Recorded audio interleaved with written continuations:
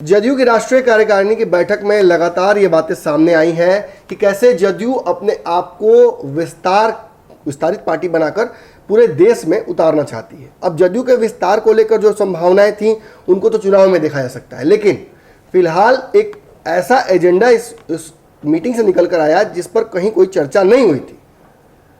कुशवाहा ने एकाएक इस मीटिंग में प्रस्ताव रख दिया और पारित भी करा दिया कि जदयू की तरफ से नीतीश कुमार सबसे बेस्ट पीएम कैंडिडेट है और आने वाले समय में पीएम मटेरियल चूंकि वो है तो 2024 में एक अच्छा उदाहरण वो प्रस्तुत कर सकते हैं। विपक्ष के नेताओं द्वारा भी एक लंबी तैयारी की जा रही है। कल रात में भी हमने आपको बताया था कि लालू यादव हो या फिर विपक्ष के सारे नेता कहीं ना कहीं भाजपा को घेरने की तैयारी कर रहे हैं और इस कड़ी में ओबीसी जनगणना एक बड़ा हिस्सा, एक बड़ा कहा जा सकता है हथियार साबित हो सकती है और इसे लालू यादव भी समझ रहे हैं, नीतीश भी समझ रहे हैं और विपक्ष के सारे नेता भी समझ रहे हैं। अब इस मौके पर चौका मारते हुए कहीं ना कहीं जदयू ने नीतीश कुमार का नाम सामने सुझा दिया। हालांकि ये स्पष्ट बात है कि नीतीश कुमार की पार्टी जदयू बिहार में ही नंबर 3 की पार्टी हो चुकी है। ऐसी स्थिति में इतना बड़ा समीकरण जोड़कर देश के प्रधानमंत्री बन पाने तक कैसे पहुंचेगी, इसका रोडमैप अब तक सामने नहीं आया है। उपेंद्र कुशवाहा लगातार सार्वजनिक मंचों से ये बात कह रहे हैं कि नीतीश कुमार पीएम मटेरियल हैं, लेकिन इसको लेकर कोई ठोस ना तो उन्होंने अब तक सबूत दिया है और ना ही कोई रोडमैप बताया है। ऐसी स्थिति में विपक्ष लगातार नीतीश कुमार और उपेंद्र कुशवाहा की इन बातों पर कहीं ना कहीं हंसी मजाक कर रहा है, इसे हल्का बना रहा है। वहीं भाजपा इस मुद्दे पर बहुत ज़्यादा चिंतित नजर नहीं आ रही है, लेकिन भाजपा के मुखर नेताओं ने स्पष्ट तौर पर कह दिया है कि नीतीश कुमार अगर ऐसा कुछ सोचते हैं तो भाजपा भी जल्दी ही कोई नया समीकरण बिहार में लेकर आ सकती है, यानी नीतीश और भाजपा के रिश्ते बिगड़ सकते हैं। पूर्व में हमने देखा था कि नीतीश कुमार ने भाजपा के साथ रिश्ते सुधारने के लिए आरसीपी सिंह को ब्रिज बनाने की कोशिश की थी, लेकिन राष्ट्रीय अध्यक्ष बनाने के बाद जब मंत्रिमंडल का विस्तार हुआ मोदी के, उसके बाद जब उसमें स्थान मिल गया आरसीपी सिंह को, कहा जाता था कि वो स्थान ललन सिंह को मिलना था। जब आरसीपी सिंह ने वो स्थान खुद पर रख लिया तो फिर नीतीश कुमार ने ललन सिंह को राष्ट्रीय अध्यक्ष बनाकर आरसीपी का कद छोटा कर दिया। अब पार्टी के कई बड़े पोस्टर्स, कई कार्यक्रमों से आरसीपी सिंह को साइडलाइन किया जा रहा है। ऐसे में आरसीपी सिंह का दर्द भी छलका था। उन्होंने साफ तौर पर कहा था कि कोई भी पार्टी कार्यकर्ताओं से बनती है और कार्यकर्ताओं का सम्मान होना चाहिए, और उन्होंने ये भी कहा था कि जब हमारे पार्टी में एक ही व्यक्ति हैं नीतीश कुमार, जिनकी बातें हमको सुनना है, तो हमारे और किसी और के कुछ कह देने से कोई फर्क पड़ता नहीं है, हम सब एक ही हैं, नीतीश कुमार के सिपाही। लेकिन अब पीएम मटेरियल पर सीधे तौर पर आरसीपी सिंह ने भाजपा का पक्ष ले लिया है।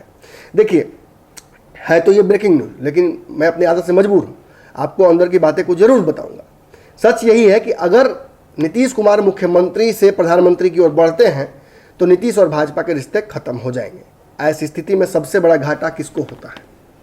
नीतीश कुमार वैसे भी तीसरे नंबर की पार्टी है और मुख्यमंत्री वो भाजपा के रहमो करम पर ही है। ऐसे में नीतीश कुमार जानते हैं कि यह कभी भी छीना जा सकता है, लेकिन आरसीपी सिंह को सबसे बड़ा घाटा होने जा रहा है।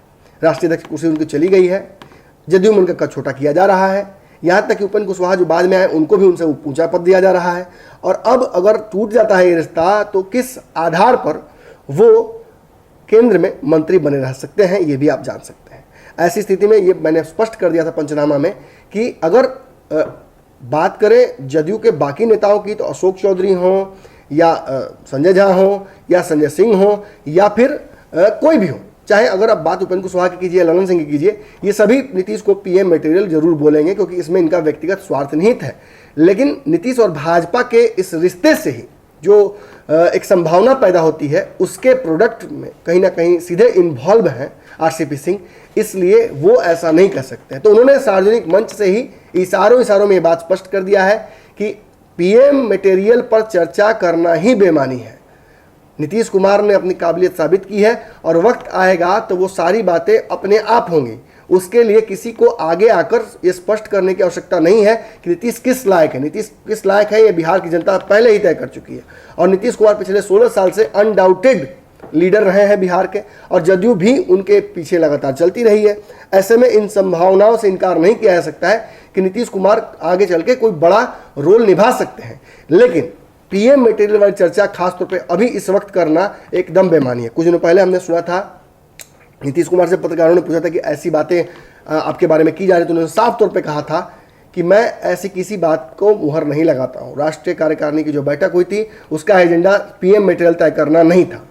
अगर ऐसा कोई कहता है तो उसे परहेज करना चाहिए और मुझे इन सब मामलों में मत घसीटिए, मुझे बख्श दीजिए। यानी नीतीश कुमार गुड़ भी खाना चाहते हैं और गुलगुले से परहेज भी करना चाहते हैं, लेकिन इन सब में जान अटकी हुई है आरसीपी सिंह की। तो भैया आरसीपी सिंह ने तो स्पष्ट कर दिया कि अब नीतीश कुमार उनकी तरफ से तो कम से कम फिलहाल पीएम मटेरियल नहीं है। आने वाले समय में कौन सी संभावनाएं होती हैं उन पर हमारी नजर रहेगी, लेकिन फिलहाल आपकी नजर भारत लाइव पर लगातार होनी चाहिए। धन्यवाद।